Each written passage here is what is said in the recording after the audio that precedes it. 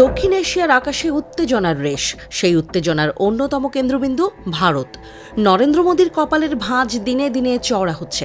ঘরের মণিপুর থেকে শুরু করে পরের ওয়াশিংটন, কোথাও কোনো কিছু আর তার মতো করে হচ্ছে না। স্বৈরাচারের দণ্ড মাথায় নিয়ে শেখ হাসিনা গদিচ্যুত হয়ে পালানোর পর কোথাও মোদির স্বস্তি নেই। বঙ্গোপসাগর থেকে ভারত মহাসাগর কিংবা সিন্ধু নদের পার সব জায়গাতেই পরাজয়ের স্বাদ পাচ্ছেন মোদি।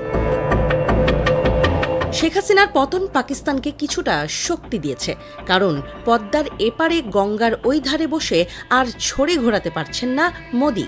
এপাশ নিয়েও তাকে বেশ দুশ্চিন্তা করতে হচ্ছে। চিরশত্রুর সেই দুশ্চিন্তাকেই হাতিয়ার করছে পাকিস্তান। এবার কাশ্মীর ইস্যুতে ভারতকে ঘিরে ধরতে চাইছে পাকিস্তান। দেশটির সেনাপ্রধান কাশ্মীরের জন্য প্রয়োজনে যুদ্ধে নামার ডাক দিয়েছেন। বর্তমান পাকিস্তানের সেনাপ্রধান দায়িত্ব নেওয়ার আগে ছিলেন দেশটির গোয়েন্দা সংস্থা ISI এর প্রধান। ফলে ভারত পাকিস্তান নতুন উত্তেজনায় দুই দেশের দুই গোয়েন্দা সংস্থা ISI ও র এর নাম সামনে আসছে। তুলনা চলছে কারা বেশি শক্তিশালী।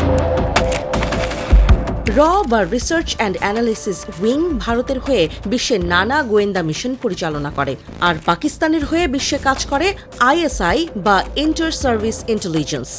দুই সংস্থার মধ্যে আসলে কারা শক্তিশালী সেই বিচার বড় কঠিন।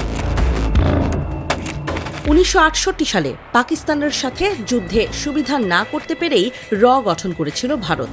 এর মূল লক্ষ্য হল আন্তর্জাতিক ক্ষেত্রে ভারতের স্বার্থ রক্ষা করা এবং বৈদেশিক গোয়েন্দা তথ্য সংগ্রহ করা। ISI এর জন্ম অবশ্য আরও আগে। 1948 সালে পাকিস্তানের সামরিক গোয়েন্দা সংস্থা হিসেবে ISI গঠন করা হয়। এটি মূলত দেশটির সামরিক স্বার্থ রক্ষায় কাজ করে। অভ্যন্তরীণ এবং বৈদেশিক নিরাপত্তা উভয় ক্ষেত্রেই বিশেষ ভূমিকা পালন করে ISI। র আন্তর্জাতিক ক্ষেত্রে তথ্য সংগ্রহ, কূটনৈতিক সম্পর্ক মজবুত করা এবং সন্ত্রাসবাদ বিরোধী কার্যক্রম পরিচালনা করে। বিভিন্ন দেশে কূটনৈতিক মিশন এবং অন্যান্য সংস্থার মাধ্যমে র তাদের কার্যক্রম পরিচালনা করে। ISI পাকিস্তানের সামরিক এবং বৈদেশিক গোয়েন্দা কার্যক্রমে প্রভাবশালী ভূমিকা পালন করে। এটি কেবল বৈদেশিক নয়, অভ্যন্তরীণ নিরাপত্তা এবং রাজনৈতিক বিষয়গুলোতেও সক্রিয়। বিশেষ করে আফগানিস্তান এবং কাশ্মীরের বিভিন্ন ঘটনায় তাদের প্রভাব গুরুত্বপূর্ণ।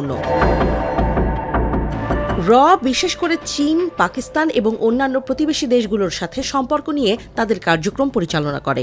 ISI দীর্ঘদিন ধরে আফগানিস্তান এবং কাশ্মীর ইস্যুতে গুরুত্বপূর্ণ ভূমিকা পালন করেছে। র এর শক্তি প্রধানত আন্তর্জাতিক গোয়েন্দা নেটওয়ার্কে। বিশেষ করে ভারতের শত্রুভাবাপন্ন প্রতিবেশী দেশগুলোতে র এর প্রভাব রয়েছে। তবে ভারতের অভ্যন্তরীণ গোয়েন্দা সংস্থা র অনেক সময় রাজনৈতিক চাপের মুখে পড়তে পারে, যা কার্যক্রমে সীমাবদ্ধতা সৃষ্টি করে। পাকিস্তানের সামরিক এবং রাজনৈতিক ব্যবস্থায় ISI এর প্রভাব অত্যন্ত শক্তিশালী। তারা দেশের অভ্যন্তরীণ এবং আন্তর্জাতিক বিভিন্ন অপারেশনে সম্পৃক্ত থাকে।